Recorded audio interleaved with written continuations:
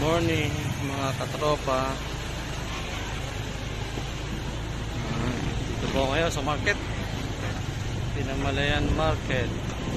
Dito po ngayon Malengke.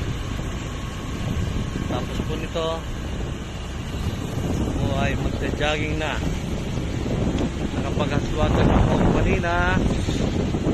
Ngayon naman po ako ay papunta sa dagat at magja-jogging. After that, magluluto po ako. Ayan. Tikman nyo po mamaya kung paano magluto ng pinakbet Ilocano. Ayan. Mother ko po kasi ay taga Isabela at Ilocos. Ayan. Kaya po mahilig po ako sa gulay. Okay. Ang father ko naman po ay talagang lehitimong taga rito sa Mindoro. Kaya po kami ay dito nakatira. Ano po?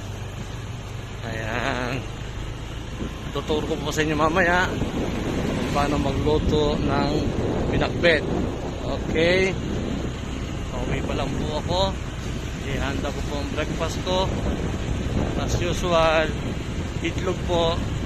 Pero may kasama na ngayong bread. Ayan. Hindi namin ano po, huwag niyo po kayong sasawang manood ng aking vlog. Papayat pa ako in 45 days. Papayat na po ako. Lahat ng balita po yan. Okay. Kaya po mga kasama, subscribe na po kayo sa Gonjev TV.